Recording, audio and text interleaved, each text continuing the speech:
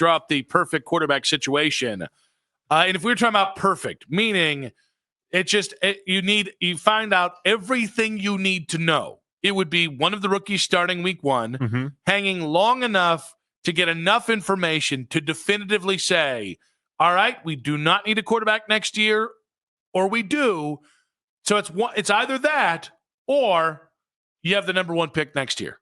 Those are the two most, because again, that is building a bridge to something realistic. This year's your medicine, and then next year you get the quarterback and excitement is back. Right, but why John is right about one of the rookies taking off is then it keeps your picks for the following season. So like that's so much more incentive. Because like if Shedeur is awesome, then all of a sudden you have whatever the Browns end up, which maybe that's like the 17th overall pick or the 18th overall pick. And then if you don't think Jacksonville's any good, maybe that's like a top 5 pick, and you get to use some weapons for them. The only problem is physically neither quarterback profiles is a franchise quarterback.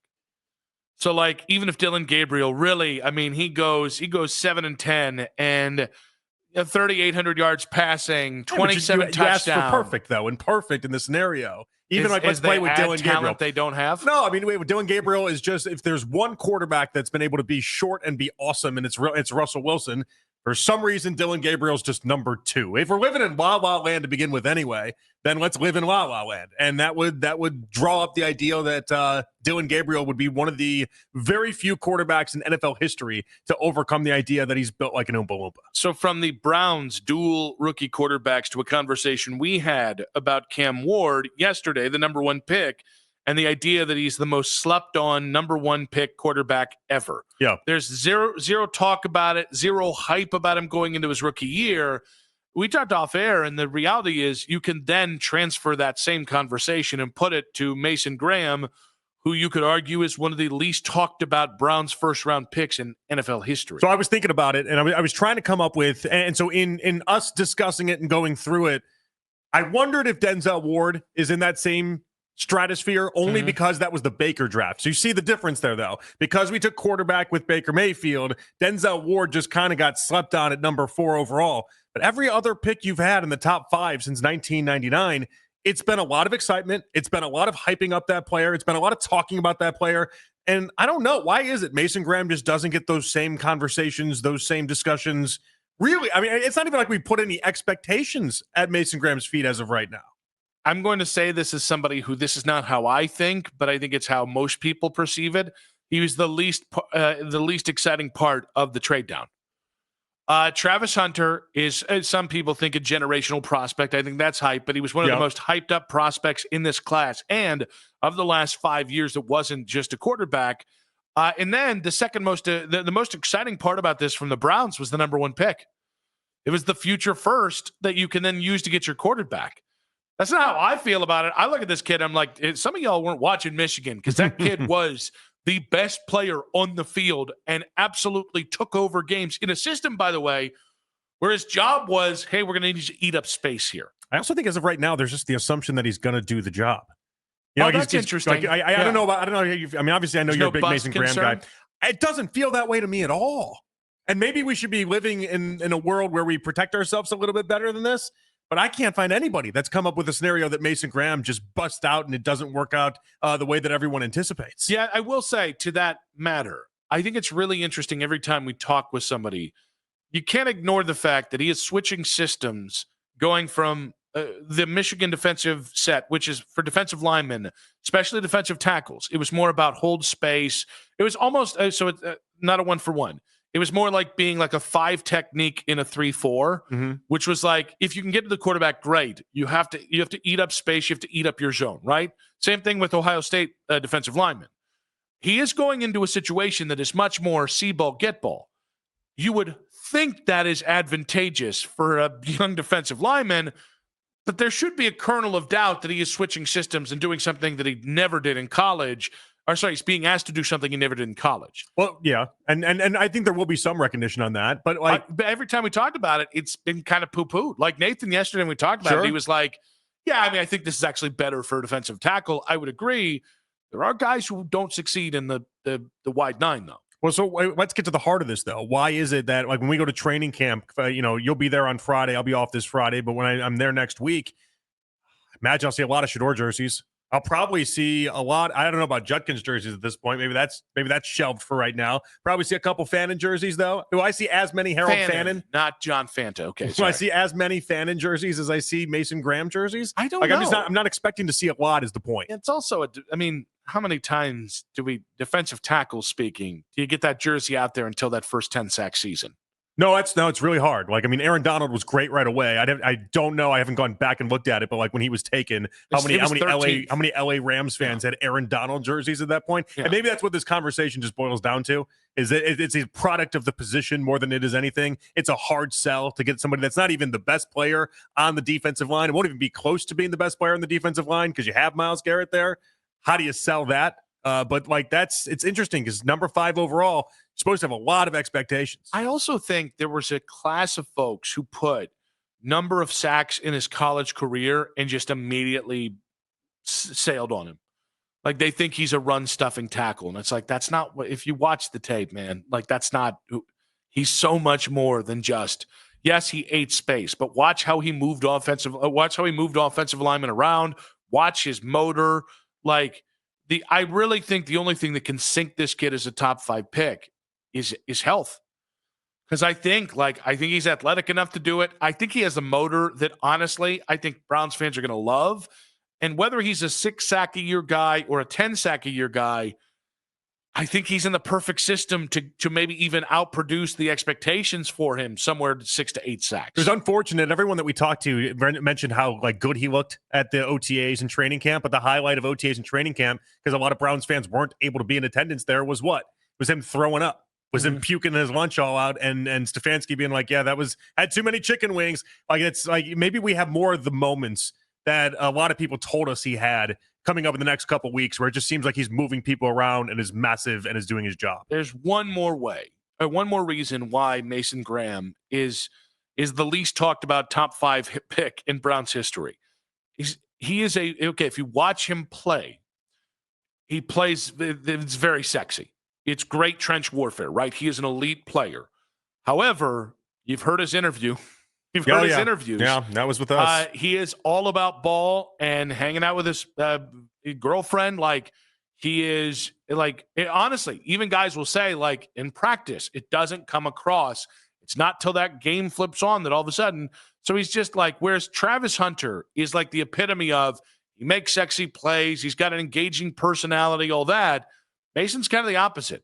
He's just a really consistent, great football player that beyond that, there's no more there. Like Myles Garrett, for instance, takes off his shirt and people are like, look at the Under Armour model. The mannequin just walked in. Whereas when Mason Graham takes off his shirt, people they make the same comments that radio host in Kansas City made about Patrick Mahomes. Same, Mason. It's not pretty. It's just not pretty. Right here, buddy. I'm right there with you. Myles Garrett's over-under for his sack total this year is set at 12.5. Yeah. And I'm thinking about most of my brain is being occupied somewhere else. Now. Okay, let's start it off with Myles then, because I think it's comically low.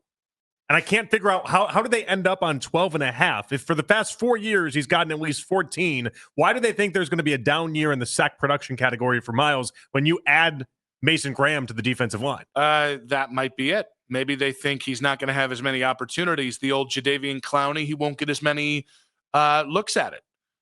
That actually is a hypothetical thing. If they think the rest of the defensive line is good, that they could take 1 to 2 to 3 sacks away from him. Myles, so you got 16 and 16 with Jadeveon Clowney. When Clowney had the year where he had 9, he got close to double digits himself. But enough people are going to be able to feast here. I don't know about that. Well, they are going to be on the field a lot, so they got that going. I would think it would help limit in many ways. What's the big thing with Myles always? It's the idea that he gets double teamed more than any other pass rusher in the game. Double teamed twice as much as TJ Watt has been in his career. Can you double team him every single play if Mason Graham is eating? Maybe you do, but the way I see it is he's only going to have more opportunities. I don't think it's comically low. I think Myles has been on since 2021, 16, 16, 14, 14. And there were a couple of years where he didn't even play a full 17 games. He's pretty locked in. If he plays the full season, he's getting to, every time he's actually played 15 or more games, he's gotten to 13.5 sacks or more. Correct. I will say he's 29. I will say this is my fear with paying Myles was always, all right, he's got a lot of health issues that continue to prop up, and he'll let you know about every single one of them.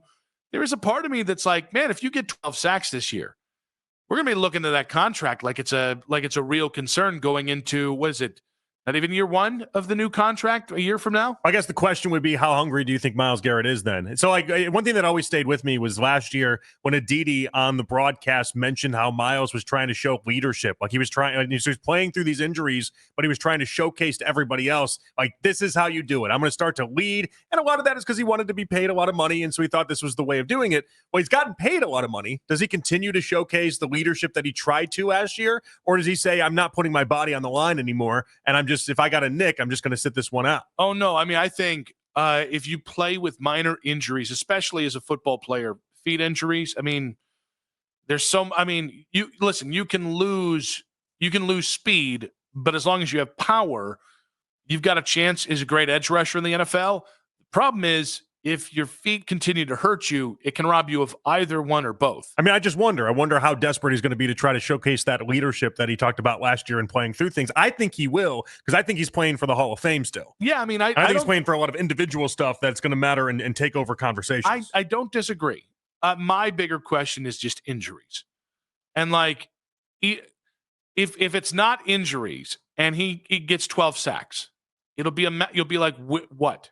What happened with Myles?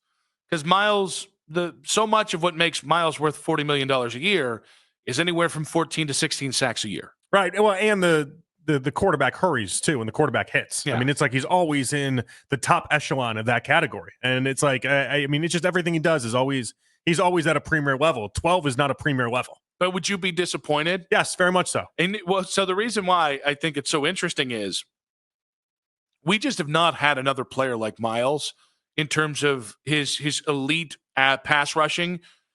I mean, since going back to like Michael Dean Perry, since going back to like the elite defensive lineman you had going all the way back to like the 60s teams. There was a time where when Cam Wembley got, I think it was 10 sacks as a rookie, you thought, we finally got one. I've had to watch Terrell Suggs and James Harrison and Joey Porter and all these Hall of Fame type edge rushers come in and open up a can of whoop ass. We were getting, like your tops would be 8 or 9. I remember when Mark Word had like 7 sacks, and I was like, and this was before they really started to stink. I was like, all right, we got an edge rusher we can build on. We never heard from him again. We did have the Mark Word. There was a McDonald's meal with him in it. It was like, I think it's something with a Whopper, and I was like, he's good enough for a McDonald's meal. Did every local city, did every city have like one of those? Like in Chicago growing up, it was Bill Wennington had like the McDonald's meal, and that's just ironic. And funny. That's what it was. It was Bill Wennington, and it was you got a bench in life, like Bill Wennington is in Chicago. And when you ordered, you had to call it a beef Wellington too. That was the whole idea as well. It's like so it was just a play on beef Wellington. That's what it was, a beef Wellington for like a D- player. The backup to Luke Longley got the meal at McDonald's. Yes, that's right. Well, okay, but Mark Word was actually good for that 1 year. No, I think Jameer Miller had it for 1 year too, but then I think it stopped after Mark Word. And then you're like, okay, that's not gonna help anything. But I mean, it's so. On one hand, this speaks to the incredible privilege of having a player like Myles, where you're right. I think I'm right. If he has anything less than 13 or 14 sacks this year, and it's not directly tied to he played 12 games, it's going to be a disappointment. But I think this is just a great exercise of this is also where we are after the contract debacle. Because here's the thing, it's quiet now. Right, I think most fans have moved on. I think the truism that once the contract is over, you move on, it's done until that player struggles. So like this, it's all quiet in Pittsburgh now with TJ Watt until he's the third best edge rusher on that team this year and has 8 sacks. Then all of a sudden, you're going to hear a lot of people talk about not just $41 million a year, but the whole process this offseason. So I do think something that Browns fans will probably keep an eye on, though, is so like last year, for instance, if you take the Chargers game out of the equation, I think he had 4 sacks in that game. But what I remember the most about that game was he had 3 sacks in 4 plays. Mm-hmm. And it was like, and by the way, it was a drive that the Chargers still ended up scoring points on, where he just obliterated them in a 3-sack 4-play stretch. But in the fourth play, they still ended up managing to convert the first down, and it was what it was. But the point is that, like, does he get he's got a game a year where he just ends up massive. A couple years ago, it was that Bears game where he ended up with like 5 or 5.5 sacks in one game. Like, there's a game a year that he just absolutely dominates and gets the high sack totals. And so I wonder if he has a season where that just goes away. Maybe instead of having 14 sacks, maybe he does finish with like 10 or 11. I just have a hard time thinking that that's going to happen this following year. I think, listen, he's been so good. And he's also, I mean, healthy is relative because, again, he's had the feet injury, which scared the you-know-what out of me. He's 29. And I'm not saying it's going to happen this year. I'm not going to say it's going to happen next year. You know, he could end up, I mean, Reggie White tore his hamstring and was still a hell of a football player. And Reggie, by the way, was a 15, 16 sack a year guy until like that last year in Carolina. So maybe it never really happens for Myles. Like the way Tom Brady set the market for quarterbacks at 45, and then you just don't have quarterbacks over 40 playing at that level. Myles Garrett, the way he takes care of his body and the way that he is able to just, I mean, he treats it like it's like the business that it is. It wouldn't surprise me if he takes that further in age than not only most, but really anybody we've ever seen before. But you look at it, Myles, so if we go to the unofficial leaders, which I think we should because it includes guys like Deacon Jones who are incredible, but Myles on the unofficial leader list is 58. And if you look at it, there are a lot of levels to all-time sacks in your career. Like once you hit the 100 barrier, that's like the top 60 guys in NFL history. Mm-hmm. And then you go to like, 120 or above, and that cuts off like 30 of them. And then you go to 140 or above, and that's like 7 or 8 guys. And then that's 10 guys. I know, and it's hard because then this will be hard like 20 years from now telling the story of Myles Garrett and being like, yeah, but he didn't actually get a bunch of sacks relative to some of his peers. Like TJ Watt's got more sacks than Myles Garrett does in his career. It's a line that every Steelers fan under the sun throws at you. But it's like, how do I know that he's more dominant than TJ Watt is? It's because he gets double teamed every single play. It's because his actual QB hurries and QB hit numbers are better than we've ever seen in NFL history. Because he didn't hide on the right side. He didn't hide on the right side. Exactly that. Like TJ Watt, line up over the right tackle every single time and see what Myles Garrett would have done. Like, so there's so many reasons we can attach to, and I feel like it's hard because with Myles, just the sack number doesn't tell the whole story. But I want to recognize the idea that, like, at some point, sacks do have to matter in the conversation as well. But this is where I think ultimately, if we talk about the 20 years from now conversation, this is where I think Myles will just put TJ to shame. And this is where I'm pretty confident in this. TJ's 2 years older. They've been in the NFL the same time. If TJ's got 2 years left, if both crap out at 33, meaning they stop being double-digit guys every year at 33, well, TJ's got 2 more years, year and a half left. Myles has got 4. And that is a significant difference because he will then not just pass him. Because he's only like 6 sacks behind TJ. Steelers fans act like it's a billion. He's like 6 sacks behind him. And I don't see TJ Watt being Clay Matthews, our Clay Matthews, not Clay Matthews III. I don't see him play until he's 40. I see TJ already starting to watch the wheels come off. He's not as fresh as he was a couple of years ago. Maybe I'm just thinking too much the last games. I think Myles is going to blow past him, and it's not going to be a conversation in the future. But we are in the danger zone now where a lot of guys who get to 100 sacks, this is where the wheels start to come off. And if Myles had a 12-sack season this year, you not only would you be like, well, that's not $40 million worth, you start asking yourself that question too. Same way, by the way, is what Pittsburgh will be doing with TJ Watt. Yeah, and it's on the table for TJ, by the way.